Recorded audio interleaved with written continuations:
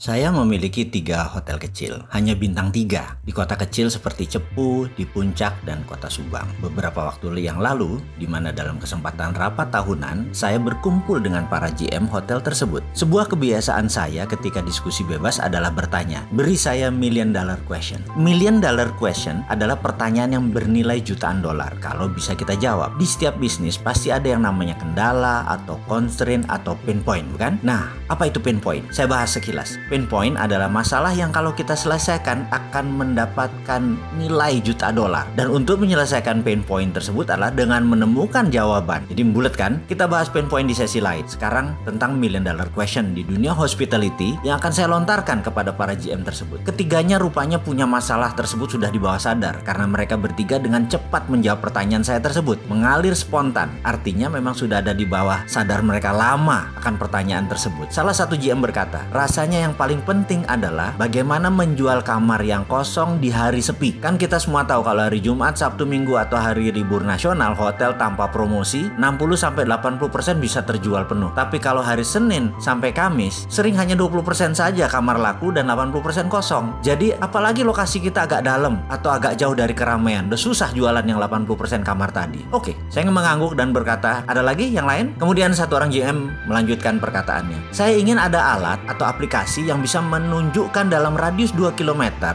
dari hotel saya ada berapa orang yang perlu kamar sekarang. Oke, saya bilang. Yang lain lagi, satu orang lagi yang terakhir berkata, pekerjaan anak-anak front desk, ada nggak aplikasi yang membuat mereka bisa bekerja dengan cepat? Karena rata-rata itu adalah 10-15 menitan lah kami melayani tamu di front desk. Kalau tamu tadi ada ngantri aja di belakangnya karena sore hari ada yang masuk kemudian ada yang ngantri di belakangnya, atau malam deh tersering, itu bisa 30 menit. Padahal melalui OTA atau .com segala macam itu malah lebih merepotkan karena data administrasinya ada di kita. Dia cuman good dalam paymentnya saja. Jadi administrasi harus tetap kita kerjakan manual. Mendengar komentar ketiganya, saya langsung berpikir keras seperti kebiasaan kaum introvert yang dicampur kaum intuitif seperti saya. Saya mikir saja. Tiba-tiba klik di kepala saya ada sesuatu yang sepertinya bunyi. Lalu saya berkata, kalau saya bisa jawab ini semua artinya kita akan dapat million dollar bisnis. Betul? Bertiga mengangguk. Padahal saya ini bukan berbicara pada mereka, saya setengahnya berbicara pada diri sendiri. Begini, kan aplikasi online traveler itu kebanyakan melihatnya dari sisi traveler, bukan dari sisi kalian para hotelier. Bener nggak? OTA, online travel agent, itu kan punya pihak ketiga. Bagaimana kalau saya buatkan aplikasi dari kacamata hotelier sekarang, dari kacamata kita? Jadi ini merupakan hotel platform, hotel yang menentukan segalanya, mulai dari pricing sampai HMS, software atau hotel management system, semua ada di front desk. Bahkan di front desk tersebut jika ada traveler, dia cuma ngasih QR code, dipotret, data pindah dan langsung kasih kunci. Jadi tugas front desk hanya satu. Setelah QR code dikasih tadi, tinggal samakan identitas dia dengan di QR code, lalu kuncinya dikasih. 1 menit selesai. Lalu saya bilang, bagaimana kalau saya siapkan aplikasi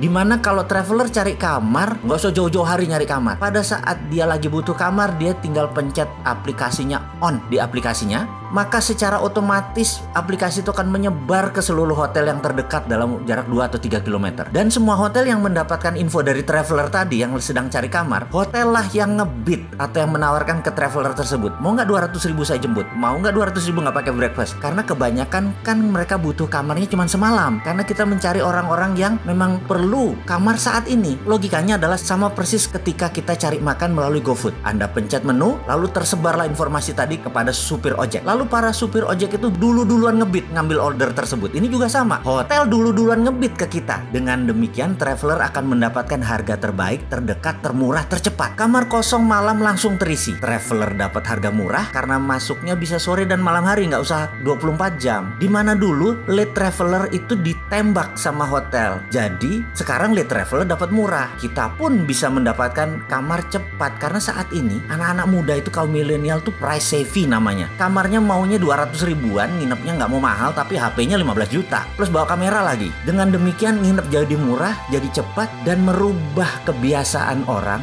bertransaksi melalui OTA. Karena sekarang ini bukan OTA tapi hotel platform. Anda yang nentuin. Bagaimana? Demikian saya mengoceh panjang dan kemudian saya berkata, coba panggil Mas Daf. Mas Daf adalah tim IT saya yang sudah ikut saya lama banget. Banyak aplikasi yang dia buat. Saya bilang kepada Mas Daf, Mas, kita buat aplikasi namanya Get Hotel. Logonya warna biru muda seperti warna klub bola Manchester City. Dan dan ada kuningnya sedikit. Dan kami berenam setiap hari, setiap kesempatan sudah 6 bulan berjalan. Akhirnya kita ketemu sebuah aplikasi baru yang namanya Get Hotel. Kayaknya sudah siap meluncur. Ngomong-ngomong, ada yang minat gabung nggak?